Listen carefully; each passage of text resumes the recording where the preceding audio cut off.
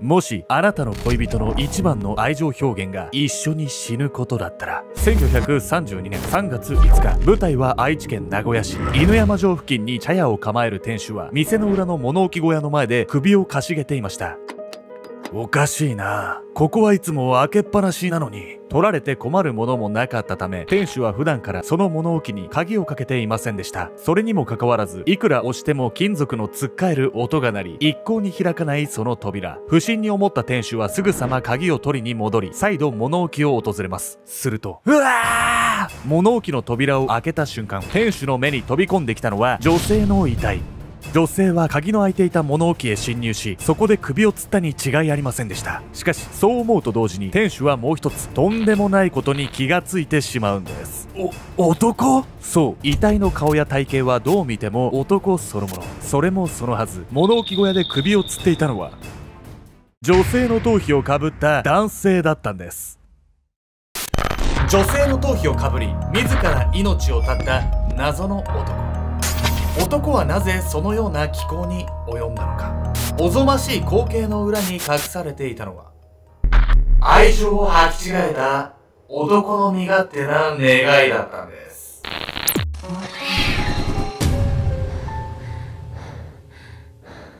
おそす、また早く海外に旅に出たいケンちゃんです。みんな、今の時期といえばおでん。おでんの具は何派？私はちくわぶ派、由美子です。というわけでね、牛すじのケンちゃんなんですけども。牛すじなんだ。結局ね、肉しか勝たんということで。なんだかんだおでんってこれって選べなくない？でもさ、おでんってさ、味薄くね。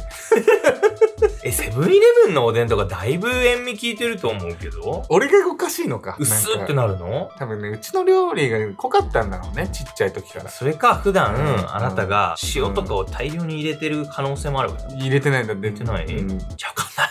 本日ご紹介するのは昭和初期に名古屋で起こったかなりグロ注意なね、もう事件なんです。もうグロい。本当に。この事件はですね、犯人がね、女性から剥ぎ取った頭皮を被って死んでたっていうんですよ。仮に自分でそれやったとしたら狂ってるわね。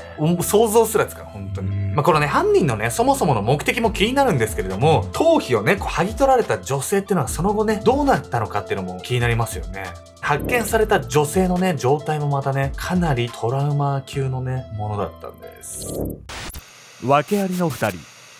1932年2月8日、愛知県名古屋市中村区の肥料用の鳥の糞を貯める鶏糞小屋の中で、農夫が一人作業に勤しんでいました。その最中のこと。なんだこれは。農夫の目に入ったのは、小屋の隅に置かれていた大きな荷物。藁の敷物をかぶせられたその荷物に、農夫は全く見覚えがなかったんです。違和感を覚えた農夫は、すかさず敷物をめくりました。すると、その中から出てきたのは、首から上のない女性の遺体。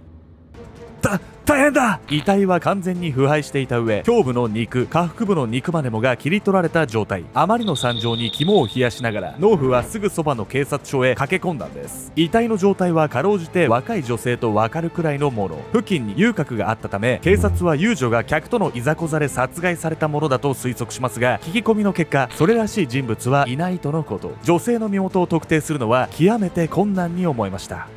まあ昭和初期だと DNA 鑑定とかもないわよね。これどうやって身元特定するの？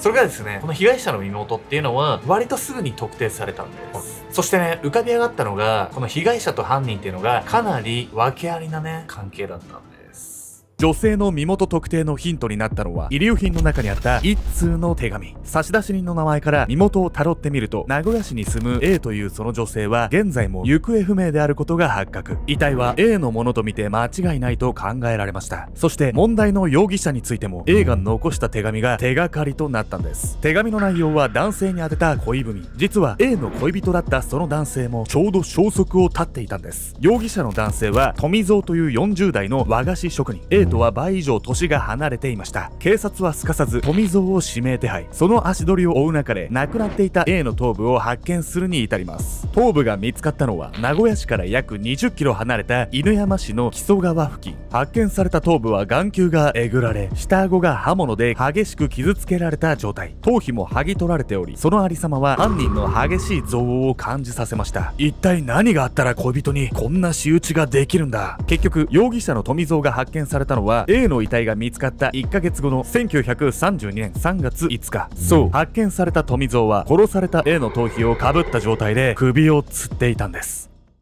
これ要は心中ってことなんでしょうけど、だとしてもよ、なんでかぶるっていう意味がわかんないまだに。その理由をね、解明するためには、まずはね、この富蔵が何者なのかを知る必要があるんです。そして富蔵にとって A が一体どんな存在だったのかを知っておきましょう。富蔵にとって A はいわば最後の頼みの綱だったんです。風来坊。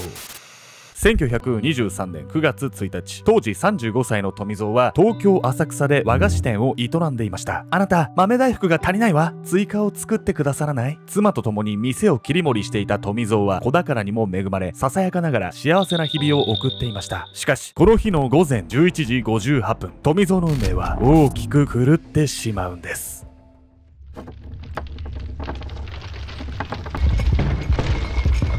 逃げろ！崩れるぞ！その日、東京の街を襲ったのは、そう、関東大震災。富蔵や妻、その子供は皆命こそ助かったものの、苦労して手に入れた和菓子店は、この地震で瓦礫と化してしまったんです。ああ、俺の店が。意気消沈した富蔵はこの後、なんと、妻子を置いたまま、東京から姿を消してしまいます。いやね、これメンタルやられちゃうのはわかるんだけど、いやいや、それとね、妻と子供いて出ていくのは、何やってんのって話を、被災して大変な時に守る気持ちもないなんてひどすぎるわよ、これ。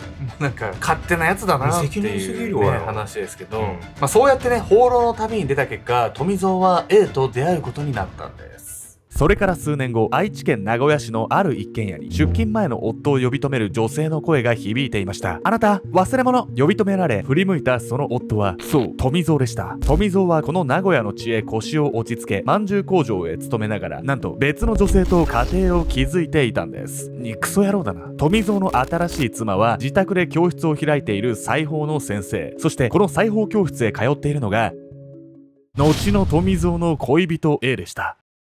最初はあくまで妻の裁縫教室の一生徒に過ぎなかった A。富蔵との関係に転機が訪れたのは、妻が体調を崩し裁縫教室を畳んだ後のことでした。先生、今日も来ましたよ。お粥を食べてくださいね。富蔵の妻と特に親しくしていた A は、妻が教室を畳んだ後も足しげく自宅へ通い看病を手伝っていたんです。そして饅頭工場から帰るたび、妻の青白い顔を見つめては涙を流す富蔵。大丈夫ですよ。先生はきっと良くなります。A はその度富蔵に優しく声をかけ慰め続けました。そうやってやり取りを交わすうち、二人はいつの間にか恋仲になっていったんです。いや、俺も美談みたいになっちゃってるけど、それやってること単純に不倫じゃない？東京に置いてきた家族のこともそうなんだけどさ、好き勝手いくらんでもやりすぎじゃない、この男。でもね、富蔵はね、奥さんのこともちゃんと愛してたみたいなんです。理解にはね、苦しむんですけれどもね。さらにね、理解に苦しむのが、奥さんが亡くなった後の富蔵の行動だったんです。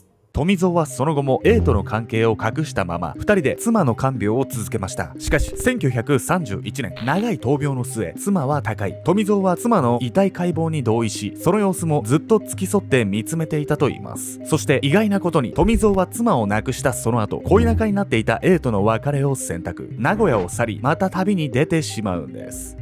クソ野郎だな。富蔵は昇進すると、全て一からやり直したくなる性分だったのかもしれません。旅立つ前、彼は今後について友人にこう話していたと言います。また自分の和菓子屋を持ちたいな。こうして富蔵は1931年12月に上京。ただ元来の内向的性格のために、ここでは人間関係がうまくいかず、新たに得た仕事も続きませんでした。富蔵が東京にいたのはたったの1ヶ月半ほど。翌年の1月には名古屋に戻り、また A を呼び出すんです。俺に残っているのはお前だけだ。妻が病気の間ずっと自分を支えてくれていた A。自分の居場所は A の隣なのだと富蔵は思い直したんです。すごいな。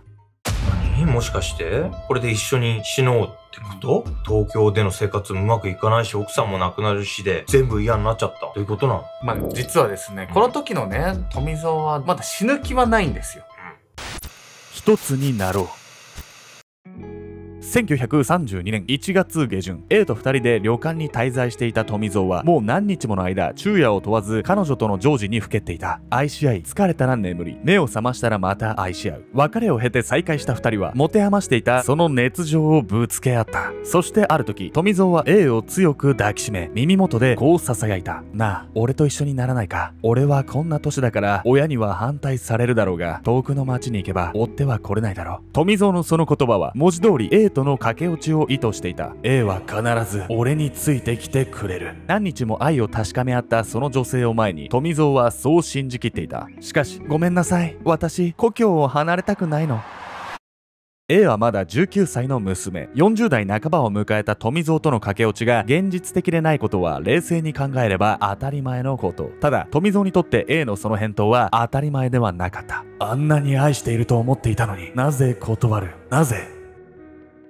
しかし富蔵はその場で A を殺すようなことはしませんでした。彼はそこから A を散歩に連れ出し、人気のない農家の小屋の前へやってくるんです。その小屋は肥料にするための鳥の糞を大量に溜めた鶏糞小屋。建物からはツンとした匂いが漂っていました。ここにしよう。 A の手を引き鶏糞小屋の中へ入っていく富蔵。ちょっと、なんでこんなところに？そうやって A が動揺した次の瞬間、富蔵は彼女の首を強く締め上げました。 A はもがき苦しみますが、富蔵の手を振り払うことは叶わず、そのまま命を落としてしまうんです。いや、マジで何なのこの男。